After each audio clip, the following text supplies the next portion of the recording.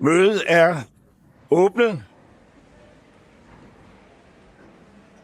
I kraft af min nyerhvervede titel som aldersformand er jeg blevet bedt om at åbne Folketinget.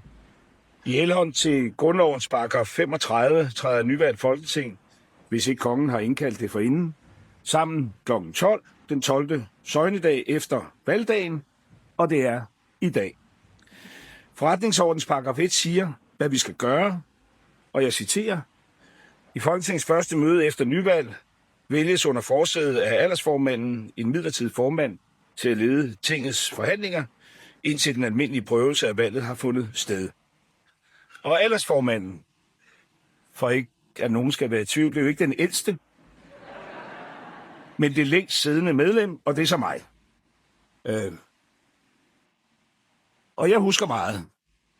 Jeg kan også huske min første skoledag, og jeg tænker, at mange af os har det ligesom om det er første skoledag. Nogle er nervøse, nogle påstår hårdnakket, at det er de i hvert fald ikke. Nogle sidder her for første gang, imens andre, eksempelvis undertegnet, efterhånden har slidt godt på gulvtæpperne herinde. Og uanset anciennitet, så vil jeg gerne ønske jer alle hjertelig velkommen. Stort tillykke med, at I er valgt til et af landets fineste tillidshverv. Det forpligter. Efter et valg står vi altid et lidt andet sted, end vi gjorde før. Vælgerne har talt, og de har som altid sammensat et folketing, der afspejler både forskellighed og fælles ansvar. Efter folketingsvalget den 24. marts 2026 er 67 medlemmer nye, mens 112 vender tilbage. 22 medlemmer er under 30 år, det største antal unge i Folketinget nogensinde. 48% er kvinder, på trods af, at kvinderne kun udgjorde 39% af de opstillede. Så vi har nu det yngste og det mest kønsbalancerede Folketing nogensinde. Og det minder os om, at Folketinget ikke er en fast størrelse. Det er en levende institution, der fornyes. Og jeg er som sagt ikke den ældste. Til gengæld er jeg nu den, der har brugt flest år herinde. Og for mig betyder det, at jeg har fulgt vores parlament igennem en ikke ubetydelig mængde år, og sikke en udvikling. Det er jo ikke kun de skiftende medlemmer, der udvikler sig. Det gør institutionen også.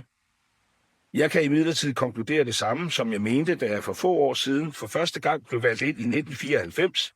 Vi har verdens fineste demokrati.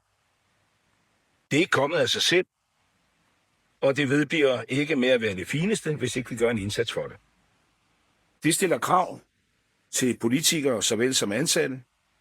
Krav om at vise resten af verden, uanset om deres institutioner er demokratiske eller ej, hvordan et frit og demokratisk samfund udvikler sig, sammen og med respekt for forskellige adkomster og holdninger.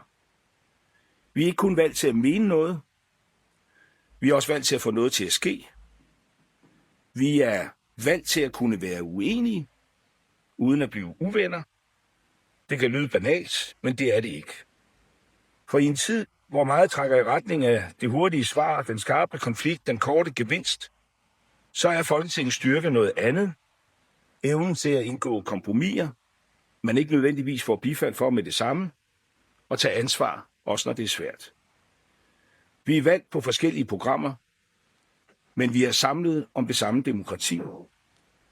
Så til jer, der er nye, velkommen til et hus, hvor tempoet nogle gange er højt, og tålmodigheden andre gange skal være endnu højere. Til jer, der har været her før, velkommen tilbage, og tak for, at I er med til at bære erfaringen videre. Og til os alle sammen, lad os bruge denne samling af Folketinget til at vise, at uenighed ikke er en svaghed, at vi evner at samles om at skabe resultater, der holder længere end en valgperiode ud.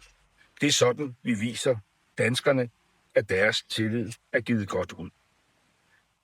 Til valget som midlertidig formand har Socialdemokratiet, Socialistisk Folkeparti, Venstre, Dansk Folkeparti, Liberal Alliance, Moderaterne, Det Konservative Folkeparti, Enhedslisten, Danmarksdemokraterne, Radikale Venstre, Alternativet, Inuit Ataqatigiit, Javnaðarflokkurin, Sambandsflokkurin, Cecilie Liv Hansen, Jakob Harris, indstillet Søren Gade, og hvis ingen begærer afstemning, vil jeg betragte indstillingen som vedtaget. Den er vedtaget. Så jeg vil nu bede den midlertidige formand om at komme herop og indtage formandsstolen.